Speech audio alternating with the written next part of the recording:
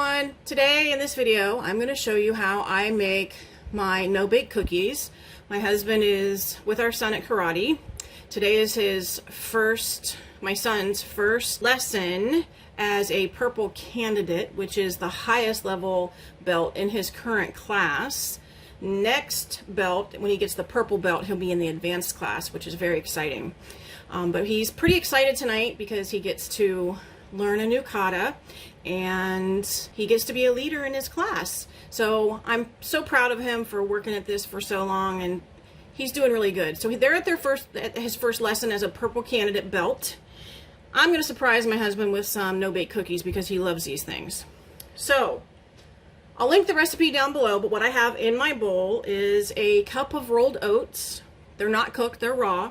I have some powdered stevia, or you can whiz up some xylitol. Just make sure it's not real granular. I like to have it in a nice fine powder. You can also use a liquid stevia if you want. You'll have to Google those amounts for your brand because I don't know what they are for every brand. So you can do it to taste, or you can Google and see what your brand conversion is. I have some cocoa. I'm using Hershey's cocoa.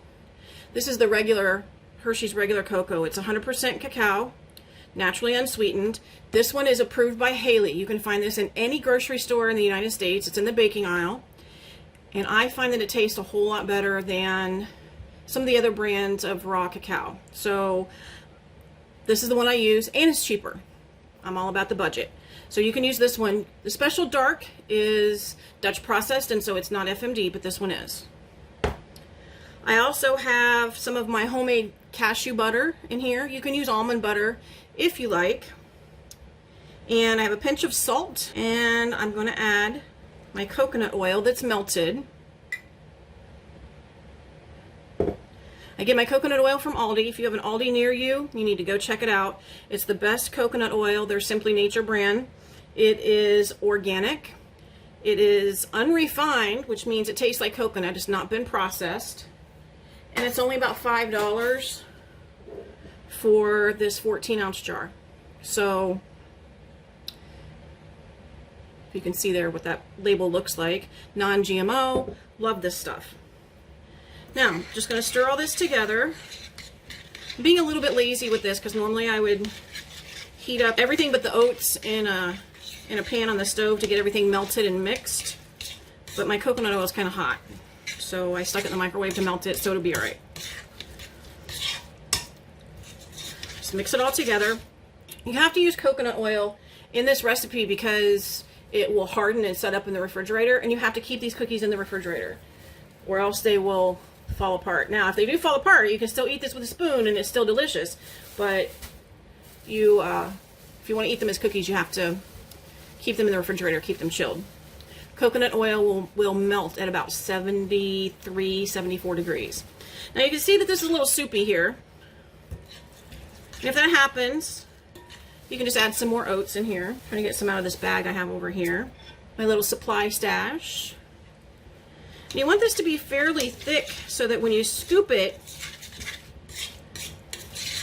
it stays uniform. Now what you can do is you can add, if you're worried about this happening to you, you can add a little less coconut oil. This happened to me because my cashew butter was a little on the thin side. If your cashew butter or your almond butter or your nut butter is thick like it should be, you won't have this problem. Mine got a little carried away from me when I made it. So you want a nice thick batter.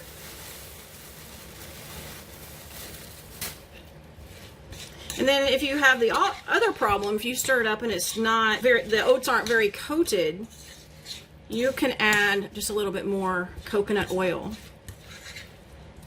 And that will help.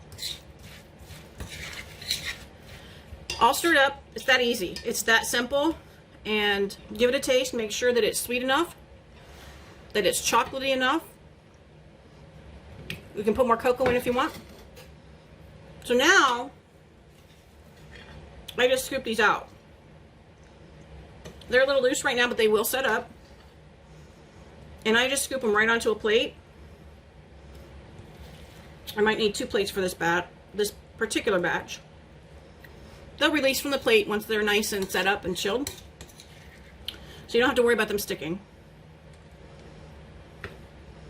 Just neat little, well, somewhat neat little piles.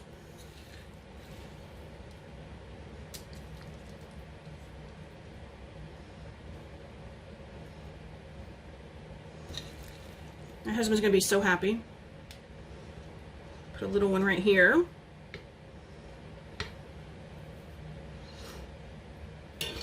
And then stick these in the fridge for a few minutes, for about an hour or so, and they'll set up and you'll be good to go. I leave these on the plate and just cover them with a little parchment or a little plastic wrap that I'm not super fond of using, but I do on occasion, just to keep the refrigerator taste and smells from them. But they usually go pretty fast in my house. My husband, who is not strictly following FMD, will eat the crap out of these things over the next couple of days. So they won't last very long for him. I'm not a huge fan of them, so these are always only for him.